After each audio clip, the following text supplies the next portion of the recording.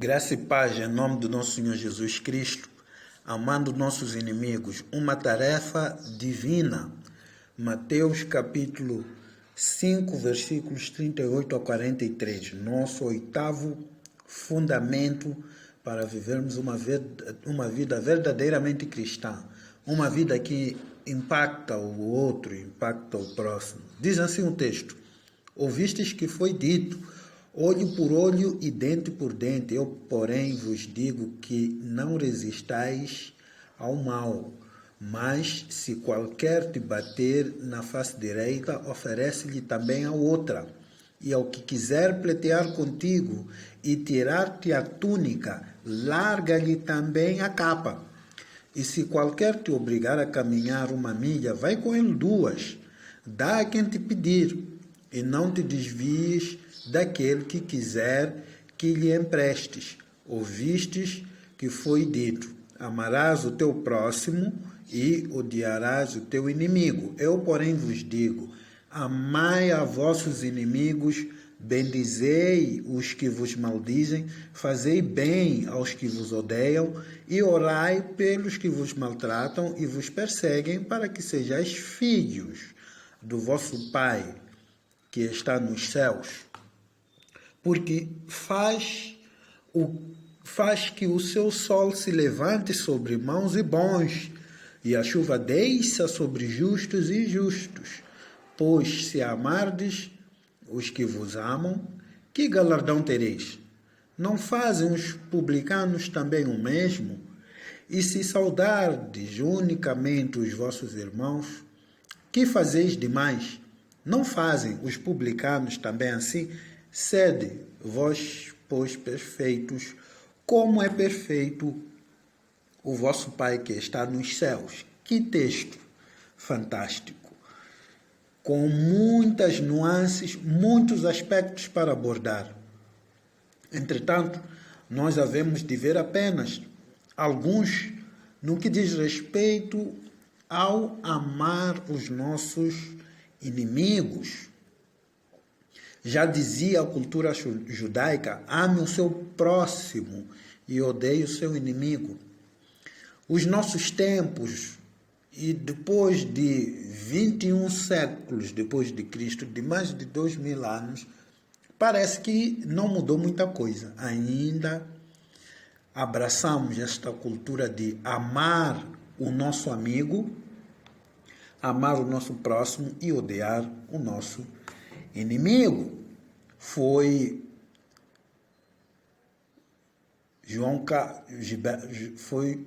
Carlos, foi um músico que cantou, me foge agora o nome, que dizia que eu vou amar apenas aquele que gosta de mim. Eu só vou gostar de quem gosta de mim. E muitas vezes nós abraçamos a letra desta música amando apenas aqueles que nos amam. Mas aqui o Senhor Jesus traz uma mensagem contracultural. Amar nossos inimigos não é apenas um ensino difícil de entender, mas provavelmente é o mais difícil de aplicar, pois se trata de ser como Deus, é o que diz o texto. Amar o inimigo é bom, mas não é a melhor coisa que o Senhor tem para nós. Amar o amigo é restritivo, é seletivo, preconceituoso, porque escolhe apenas aqueles de quem gostamos. Portanto, amar o inimigo reflete pouco o amor de Deus, porque este amor não é generoso o suficiente para alcançar outras pessoas que não nos sejam amigos. Entretanto, o amor de Deus, ele alcança todas as pessoas, ele faz chover sobre bons e maus, faz brilhar o seu sol sobre bons e maus. Deus alcança a todos com o seu amor, com a sua misericórdia. Portanto, quando amamos apenas os amigos, não estamos a refletir cabalmente o amor do Pai. Para amarmos os nossos inimigos, nós temos aqui algumas atitudes que temos que incorporar. Primeiro, amar nossos inimigos requer remover nossa inimizade contra Deus. A inimizade de Deus contra nós foi removida na cruz, quando Jesus Cristo morreu por nós. Naquele momento ele se reconciliou conosco. Diz que Deus estava em Cristo reconciliando consigo o mundo. De modo que agora cabe a nós sermos reconciliados com Ele, para responder a Ele em amor. Sem essa base em nossas vidas, será impossível amar nossos inimigos.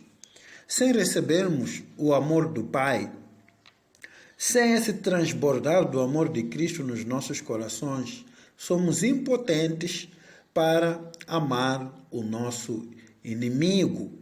Nós amamos o nosso inimigo baseados na verdade de que Deus, Ele nos amou primeiro em Cristo quando reconciliou-se conosco. Em segundo lugar, amar nossos inimigos requer uma autoavaliação honesta e humilde.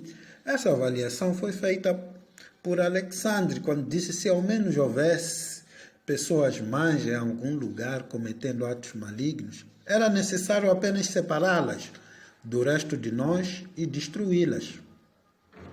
Mas a linha que divide o bem e o mal atravessa o coração de cada ser humano. E quem está disposto a destruir um pedaço do seu próprio coração?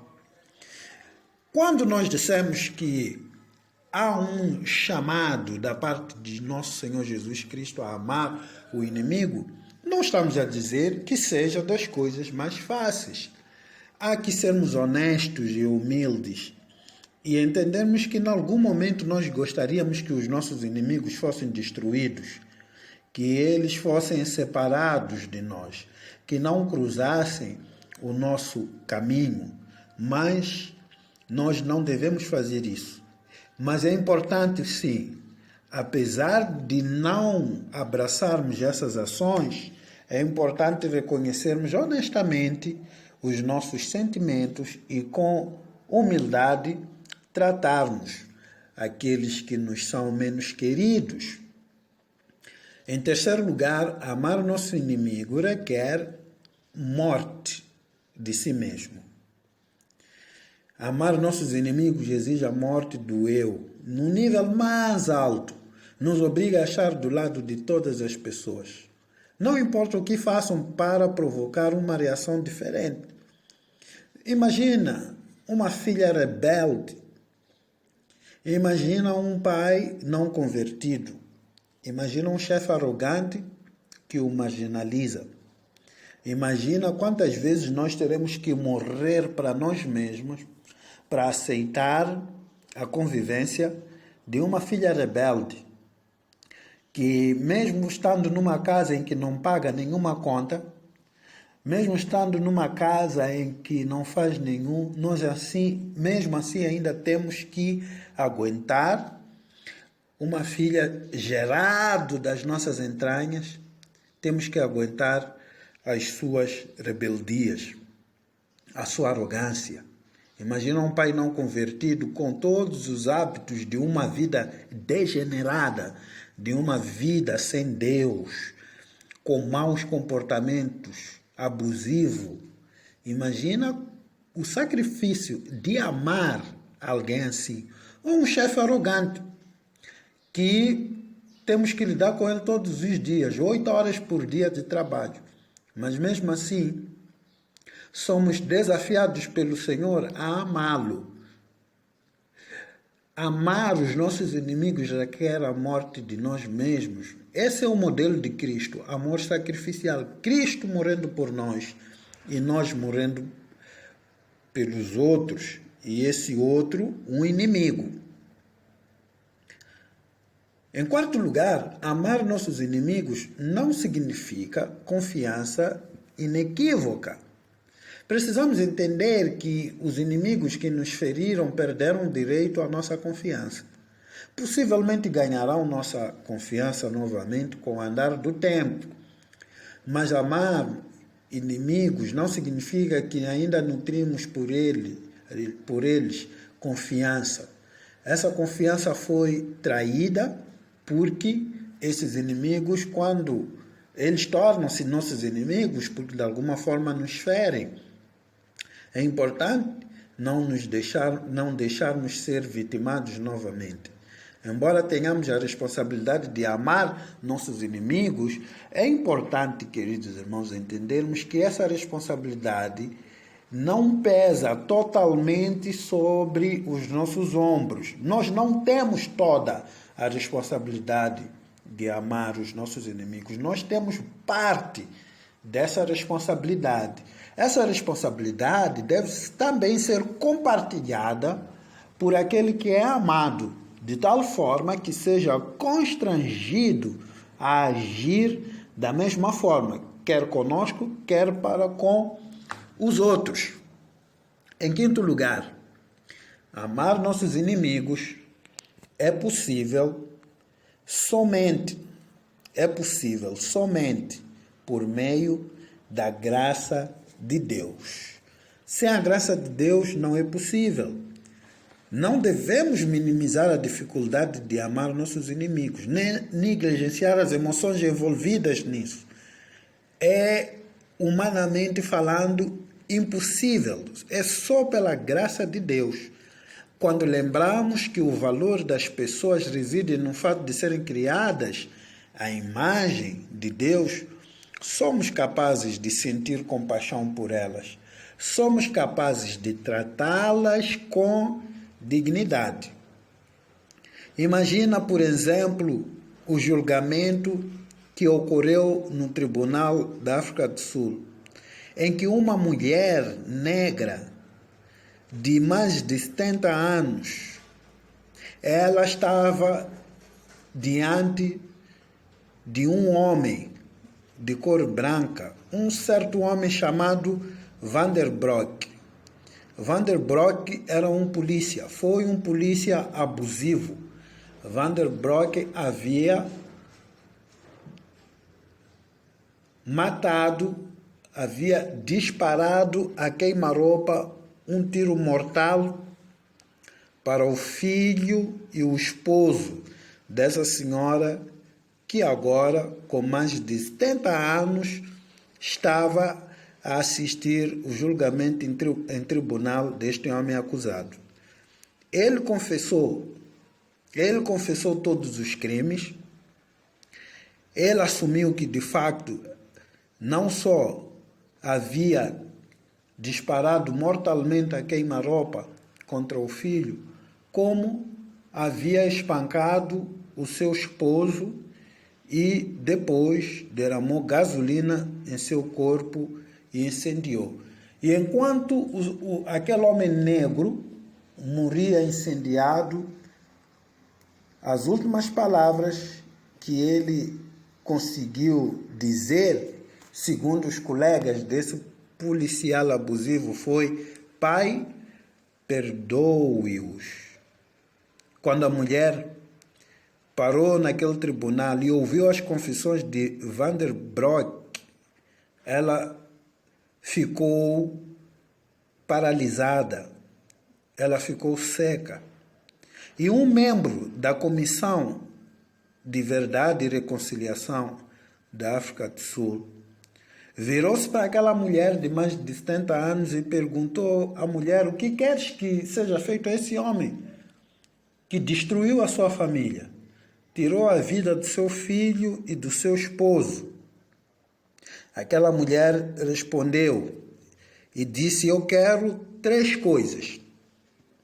Em primeiro lugar, eu quero ser levada ao local onde o corpo do meu marido foi queimado, para que possa juntar a poeira e dar aos seus restos mortais um sepultamento decente. Ela fez uma pausa, fortemente emocionada, e continuou: meu marido e meu filho eram minha única família. Em segundo lugar, quero que o Sr. Van der Broek se torne meu filho. Gostaria que ele viesse 2 vezes por mês ao gueto e passasse um dia comigo, para que eu pudesse derramar sobre ele todo o amor que ainda resta em mim. Por fim, disse ela, gostaria que o Sr. Vanderbroek soubesse que lhe ofereço o meu perdão, porque Jesus Cristo morreu para perdoar. Esse também foi o desejo do meu marido. Portanto, gostaria de pedir a alguém que viesse agora, neste momento, ao meu lado e me conduzisse através da sala do tribunal para que eu possa pegar o Sr. Vanderbroek e, em meus braços, abraçá-lo e deixá-lo saber que está realmente perdoado. Quando os assistentes do tribunal vieram conduzir a senhora para a sala, Vanderbroek desmaiou, oprimido por aquilo que ele acabava de ouvir. Enquanto ele lutava com a sua consciência, os que estavam no tribunal, amigos, familiares e todas as vítimas de décadas de opressão e injustiça, cantaram baixinho Maravilhosa Graça, que é um hino que fala de como a graça de Deus é capaz de encontrar o mais miserável pecador e de lá lhe restaurar. Amar nossos inimigos é possível somente por meio da graça de Deus. Tendo dito isto, é importante lembrar que, apesar de estarmos muito familiarizados com essa linguagem de bênção, há momentos em que o que nos familiariza mais é a maldição, é a opressão, é a injustiça e é a dor. E aquilo que muitas vezes nós falamos, muitas vezes não é o que nos ocorre no dia a dia. Sabendo disso, gostava de lhe dizer agora, vá em paz para amar e servir ao Senhor. E isso inclui amar nossos inimigos, lembrando sempre que a graça de Deus nos sustentará para esse chamado de amar os menos amáveis, de amar os não amoráveis, de amar os inimigos. Que assim seja, para a glória de Deus, mas também para a nossa alegria. Em nome do nosso Senhor Jesus Cristo. Amém.